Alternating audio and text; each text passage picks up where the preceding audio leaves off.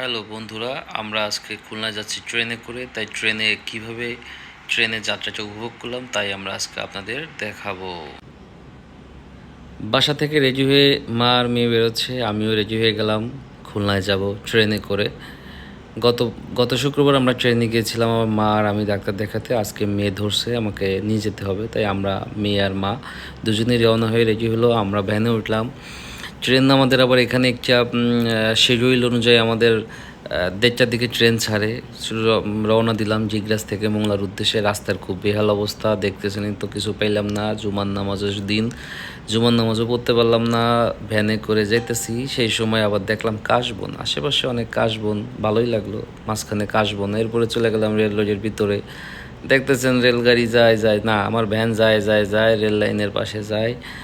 এখনই চলে এলাম রেল স্টেশন। তারপরে কিনলাম টিকিট কেনার সময় আমি আপনাকে ভিডিও দেখাতে পারলাম না।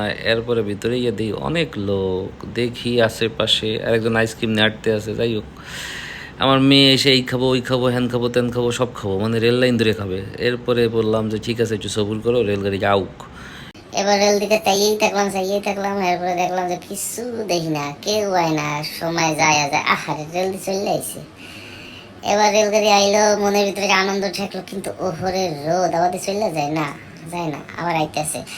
অনেক রোদ, আসলে অনেক রোদ ছিল সেদিন, প্রচণ্ড গরম, তাপমাত্রার খুব বড় প্রবাহ ছিল আমাদের এলাকায়।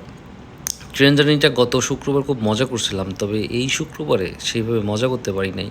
ট্রেন একটু লেট করে আসছিল মনে হয়, যদিও ঘড়ির টাইম দেখি নাই, তাড়াহুড়া করে উঠার ব্যবস্থা করছি।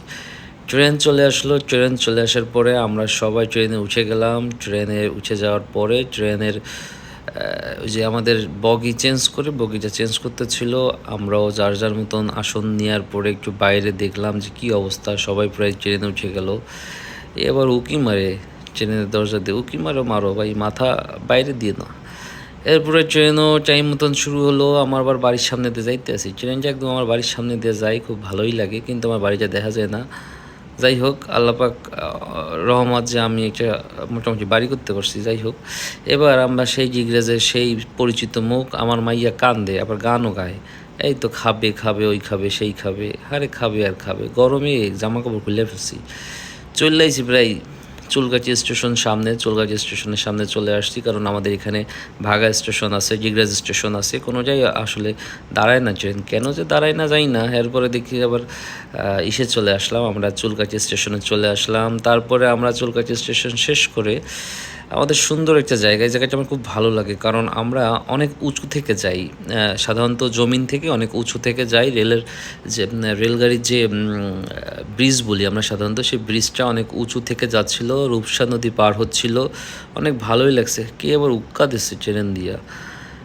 তো সেভাবে করে ট্রেন আর বেশি সময় লাগবে না আমাদের। মোহাম্মদিয়ানগর, খুলনা মোহাম্মদিয়ানগর ট্রেন আসলে স্টেশন আমরা থামবো বা নামবো। তো এইভাবে উপভোগ করতেছি, কারণ এখানে যখনই আসি তখনই ভালো লাগে, বিশেষ করে ট্রেনের এই জায়গাটা, কারণ জমিন থেকে, মাটি থেকে আমরা অনেক উঁচাই থাকি, সব গাছপালা আমরা দেখতে পারি খুব সুন্দরভাবে। আসলে প্রাকৃতিক সৌন্দর্যটা অনেক সুন্দর, ওই যে দেখা যায় ওই যে রূপসা সেতু। যাই হোক, এটা খুব নাম করা একটা জায়গা, মানে নাম করা একটা সেতু খুলনা বিভাগের মধ্যে, রূপসা সেতু। আর রূপসা হয়েছিল কেন জানি, রূপসী নামে কে এবার জানি লাভ দিয়ে পড়ছিল পানির ভিতরে, তাহলে আর উড়াইতে পারে নাই, তাই রূপসীরে রূপসা দিয়ে দিছে, রূপসা নদী। যাই হোক, আমরা রূপসা নদী পার হয়ে খুলনার ভিতর ঢুকে গেলাম। মুক্ত আকাশে গরম লাগতে আসলে, তাই ট্রেনের জানলায় বসে একটু বাতাস উপভোগ করছিলাম, কিন্তু খুব গরম লাগছে, সিরিয়াসলি খুব গরম লাগছিল। আসলে আমি এবার ডাক্তার দেখাতে যাচ্ছিলাম, কিন্তু মনে হচ্ছিল যে এটা ভুল করলাম আজকে বের হয়ে, এই গরমের উত্তপ্ত তাপে বের হয়ে। তারপরে কি আর করার, বউ আর মানলো না, হ্যাঁ গুতাইয়া গুতাইয়া লইয়া আইলো, সকালে ওর আনলো না। যাই হোক, এবার চলে আইলাম মোহাম্মদিয়ানগরের একদম কাছে। তো ট্রেন জার্নিতে মজা হয়েছে, আমাদের রাস্তার যে বেহাল অবস্থা, এর থেকে ট্রেন জার্নি অনেক ভালো, কারণ আমাদের মোংলা টু খুলনা হাইওয়ে রোডটার, বিশেষ করে বাবুরবাড়ি থেকে মোংলা পর্যন্ত রাস্তার খুব বেহাল, কেউ আসলে খুব কষ্ট পায়। আচ্ছা যাই হোক, আমরা ট্রেনের নামছি, হ্যাঁ দেখাই নেই, গরমের ঠেলা তো ভালো লাগে না। এরপর আইসি খাইতে, খাইলাম খাইলাম আর খাইলাম, না খাইয়া কি করবো কন, ক্ষুধা লাগছে শুধু। যাই হোক, বউ বাচ্চা লইয়া খাইতে আসি, এর ভিতরে মাইয়া যায় শুধু পুজুর পুজুর করে, এই জায়গা সেই জায়গা দৌড়ায়, লাভ দেয়, হ্যাঁ, এরপরে মা আবার যা দেখছে একটু কি খাইতে দিছে, খাওয়ার পরে সেগুলো আবার নিয়ে টানাটানি। যাই হোক, রেস্টুরেন্টটাও ভালো ছিল, কারণ এই গরমের মধ্যে শীতাতপ নিয়ন্ত্রিত ছিল, রূপকথা রেস্টুরেন্ট সম্ভবত 0 পয়েন্টে। যাই হোক, 0 পয়েন্ট থেকে রিক্সা করে যাইতে আসি, এখন যাইতে হবে আমার কোথায় জানি, ময়লাপাতা পপুলারে যাইতে হবে। পপুলারে বইলাম, ডক্টর আয় না। এরপরে বইলাম হাদিস পার্কে গেলাম। হাদিস পার্কে যাইয়া মাইয়া কয় এটা কিনবো, ওটা কিনবো, এটা কিনবো, দেখে পাগল হইয়া গেছে। পরে না পরে যা ডায়লগ দিছে, আমি থাকবো না, চলে যাবো। ওর মারে কয় তোমরা কিছু কিনে দাও না, আমি তো চলে যাবো। যাই হোক, আমার মেয়েটা অনেক ছোটো, 3 বছর এখনো পড়ে নাই। আর সে পূর্বে সে সুখই আমাদের সর্বকালীন সর্বসুখ। যাই হোক, একটু ফু দিতে আছে তো ফলতেছে না। তারপর একটা ভালো ড্যান্স দিল, ড্যান্স দেওয়ার পরে দেখাইতে নিয়ে গেলাম হাদিস পার্কে। অনেক বড় বড় মাছ আছে তাই লেকে।